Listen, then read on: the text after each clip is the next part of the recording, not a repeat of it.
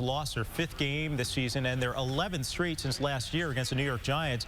They played in New York. The score was 41-27. Now, Cleveland got off to a good start, going up 14-0 in the first quarter, but after that it was all Giants. The Browns turned the ball over 3 times, and they didn't have an answer for the Giants' potent offense. Now, head coach Pat Shurmur talked about the loss in his post-game news conference. We started out fast, and got an early lead. And then we had about a 3-minute stretch there before the end of the first half that just, wow. You can't do that, against a good football team. And then we battled, we can talk about specific situations, but, when I watch the thing in total, you have to play 60 minutes. And when one bad play happens to start that stretch, then you got to, boom, stop the bleeding. And everybody make their next best play, and then you get back on the stick and you're rolling. We can't let it kind of snowball like it did there. And fan frustration seems to be growing with Coach Shurmur and the Browns' brain trust. Right now, on Facebook alone, there are 10 pages calling for him and other members of the front office to be fired.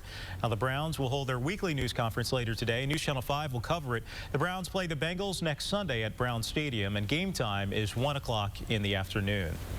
5:05 right now, happening today. The man accused of killing an Ashland mom of 2 is going to be back in court this morning. Nate Summerfield's hearing is in North Carolina, where he's been in jail. Police say Summerfield killed his estranged girlfriend, Lynn Jackenheimer, while they were on vacation in the Outer Banks this summer. Last month, a grand jury indicted him on a first-degree murder charge in her death.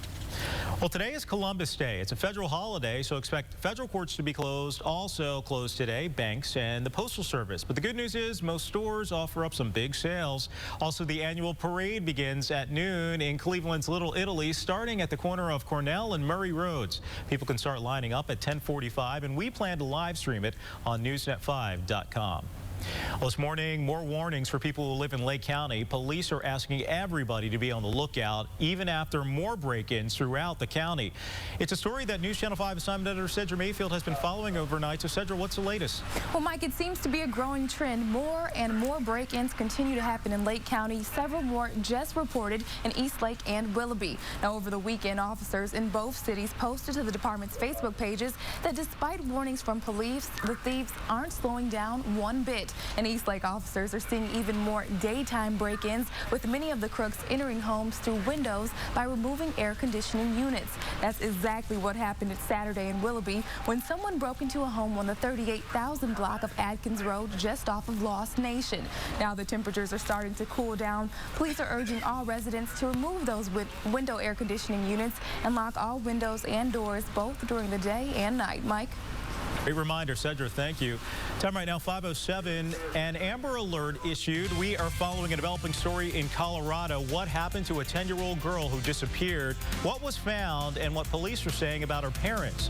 Plus, keeping kids safe. How local kids got an up-close lesson about what to do in case of a fire and how to protect themselves from danger. Christine. Coming up, we'll talk about the freeze warning in effect for Northeast Ohio and what you can expect this afternoon. And I'll have your commute forecast up next.